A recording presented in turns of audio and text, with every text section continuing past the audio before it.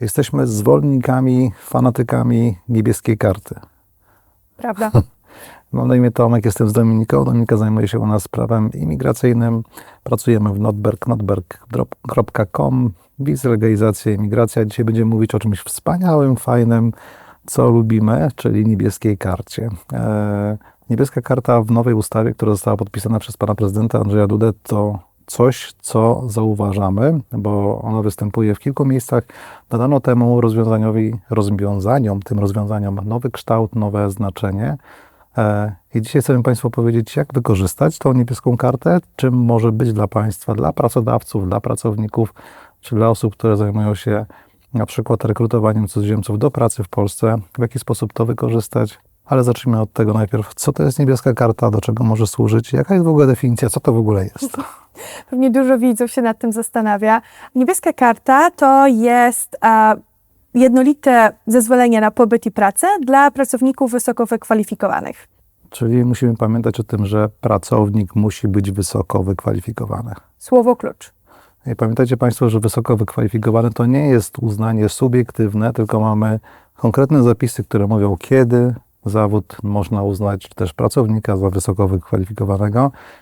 Jakie kryteria musi spełnić pracownik, żeby można było mówić o tym, że jest wysoko wykwalifikowany i żeby mógł korzystać z tego rozwiązania, czym jest niebieska karta. Jedno z absolutnie podstawowych jest spełnienie jednej z tych dwóch przesłanek. Pierwsze to jest uzyskanie przynajmniej licencjatu, czyli 3-letnie studia, przez co mamy wykształcenie wyższe, albo porównywalne doświadczenie 5-letnie w branży, gdzie jesteśmy specjalistami. Tego jeszcze nie było. Przed zmianą ustawy trzeba było wykazać tylko i wyłącznie poprzez posiadanie ukończonej szkoły, studiów. Natomiast ustawodawca teraz dopuszcza to doświadczenie wynikające z pracy. Co prawda zobaczymy, jaka będzie praktyka, bo to jest dosyć istotne, w jaki sposób będziemy sprawdzać, kto ma jakie kwalifikacje, czy wystarczy sama deklaracja, czy trzeba będzie wykazywać jakieś inne dokumenty, bo to jest zagadka, co nie? Totalna zagadka. Prawdopodobnie będzie to zależeć od praktyki urzędów. Czyli wiemy, co to jest niebieska karta. To jest coś, co daje cudzoziemcowi możliwość bycia w Polsce na specjalnych warunkach. Trzeba wykazać się wysokimi kwalifikacjami. To są kwalifikacje, o których mówisz, to są dotyczące cudzoziemca, natomiast są też wymagania dotyczące pracodawcy. Tak jest. I te wymagania, ja tylko powiem, że te wymagania są dosyć specyficzne, bo trzeba, tak naprawdę chyba u pracodawcy to jest jedyny warunek, to jest pensja, którą musi wypłacać pracownikowi i to jest 150% średniej krajowej, czyli pracodawca musi płacić trochę więcej, żeby takiego pracownika mieć. My zaraz będziemy mówić o tym, jakie są korzyści dla pracodawcy, dla pracownika i dla nas, dla wszystkich, dla nas, dla naszego kraju. Zacznijmy może najpierw od pracownika. Jakie korzyści są dla niego, jeśli posiada niebieską kartę? Jest ich naprawdę sporo.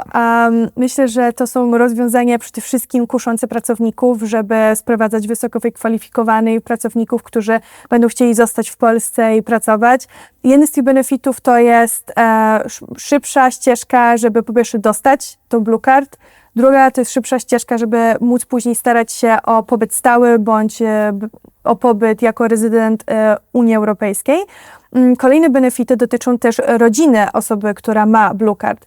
Małżonkowie będą mieć łatwiejszy dostęp do rynku pracy. Dzieci osób, które mają Blue Card, będą mogły studiować bezpłatnie na polskich uczelniach. Także tych benefitów jest naprawdę sporo. Szybsza procedura, lepszy dostęp do rynku pracy dla rodziny. A jakie są benefity dla pracodawcy? Dlaczego pracodawca w ogóle powinien płacić te 150 średniej krajowej i móc się starać o takiego pracownika, który będzie mógł mieć wysokie kwalifikacje? Co daje pracodawcy?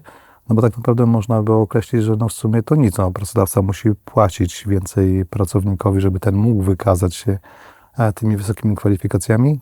Natomiast jakie są benefity? Benefity są takie, że co do zasady, osoby, które będą starały się o Blue Card, będą korzystać z tak zwanego fast track, czyli szybciej uzyskają zezwolenie na pracę i pobyt, więc jest to ogromna zaleta.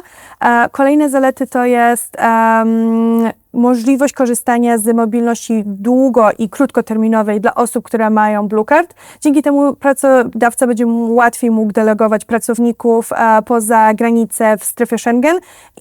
Będą mogły wykonywać pracę bez dodatkowych zezwoleń, więc jest to ogromna zaleta. I wskazałabym jeszcze trzecią taką zaletę dla pracodawcy. Jest to, że sprowadza wysoko wykwalifikowanego pracownika, który chce być w Polsce i chce pracować u tego pracodawcy. Wiesz, ja mam takie spojrzenie na te sprawy dla pracodawców i oczywiście podzielimy się tymi naszymi spostrzeżeniami dla Państwa, żebyście Państwo mogli je wykorzystać. Wydaje mi się też, można będzie fajnie wykorzystać te benefity, które wynikają z Blue Card podczas rekrutacji. Jeśli poszukujesz jakiegoś dobrego pracownika za granicą, no ale wiesz, poszukujemy tych dobrych pracowników, bo prawdopodobnie nie ma ich w kraju albo są drodzy i poszukujemy ich za granicą. Wskazanie tych benefitów, które wynikają właśnie z Blue Card, może być czymś, co możecie Państwo wykorzystać podczas rekrutacji. Wskazanie, że pracownik będzie chroniony, no bo mamy ochronę 3-miesięczną pracownika na Blue Card albo pół roku, jeśli pracuje więcej niż 2 lata. Po 12 miesiącach może już zacząć pracować w innym kraju strefy Schengen. To na pewno są benefity dosyć ważne. Też pracownicy, tak jak wspomniałeś, że pracownicy będą mogli szybciej zaprosić rodzinę. Dla pracowników, którzy wyjeżdżają za granicę, to jest czasami dosyć duży problem, że oni przyjeżdżają, zaczynają pracę, a co dzieje się z rodziną? Jeśli mają ten Blue Card, to mają też zapewnione dużo łatwiejsze i szybsze ściągnięcie, nazwijmy to ściągnięcie rodziny do Polski, tak więc to jest takie elementy, które mogą przekonać tego pracownika, żeby podjął pracę. Ja bym tylko jeszcze uzupełniająco dodała, że jeżeli chodzi o takie bezpośrednie benefity dla pracodawcy, to tak naprawdę one się zaczną po 2 latach, kiedy osoby, które mają Blue Card, będą faktycznie jeszcze bardziej wartościowymi pracownikami na rynku.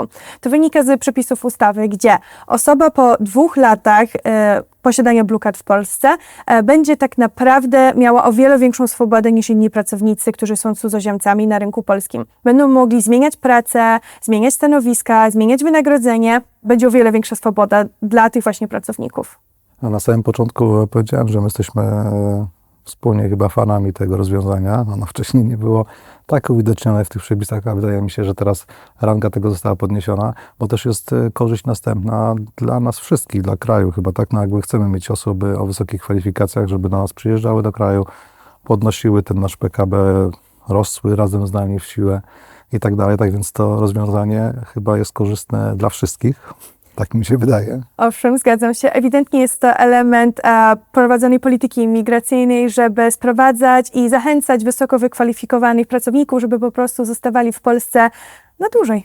Tak więc, szanowni Państwo, jeśli rekrutujecie, poszukujecie pracowników za granicą, naszym zdaniem, chyba się zgodzisz ze mną, że rozwiązanie, wykorzystanie tego elementu Blue Card, który pojawia się co prawda później, bo tak naprawdę pracownik, o tym jeszcze nie powiedzieliśmy, to jest ważne, pracownik najpierw otrzymuje wizę normalną, to są wszystkie dokumenty normalne, natomiast ten Blue Card pojawia się później. Jak on jest już w Polsce, dopiero aplikuje go w Urzędzie Wojewódzkim, wtedy uzyskuje. To jest procedura, która toczy się wyłącznie przed wojewodą. Niestety jest to wciąż wyzwanie, żeby sprowadzić tego pracownika, bo przypomnę, że w tym momencie uzyskanie wizy to jest największe wyzwanie. Warto też podkreślić, że nawet cudzoziemcy, którzy będą aplikować o tą wizę, dobrze byłoby, żeby oni już mieli te dokumenty, które wskazują na to, że będą aplikować o Blue Card zebrane. Tak więc jeśli mamy pracowników, którzy mają te kwalifikacje, mają to doświadczenie, muszą te dokumenty, czy też powinni już wskazać podczas aplikacji wizowej, sugerując, czy wskazując, że będą o tą Blue Card się starać. Ale sumując, szanowni Państwo, jeśli macie teraz rekrutację, chcecie Państwo wykorzystać jakieś argumenty, które macie w prawie, w nowej ustawie o cudzoziemcach, wykorzystajcie je, bo późniejsze korzyści po uzyskaniu Blue Card są dosyć, moim zdaniem, ważne, naszym zdaniem ważne. Gdybyście mieli pytania, oczywiście zachęcamy do kontaktu, pomożemy, wspomożemy, żeby zrekrutować tych pracowników, a jeśli już będziecie ich mieć na miejscu, pomożemy, żeby oni taki Blue Card uzyskali. Tak więc do zobaczenia, do usłyszenia.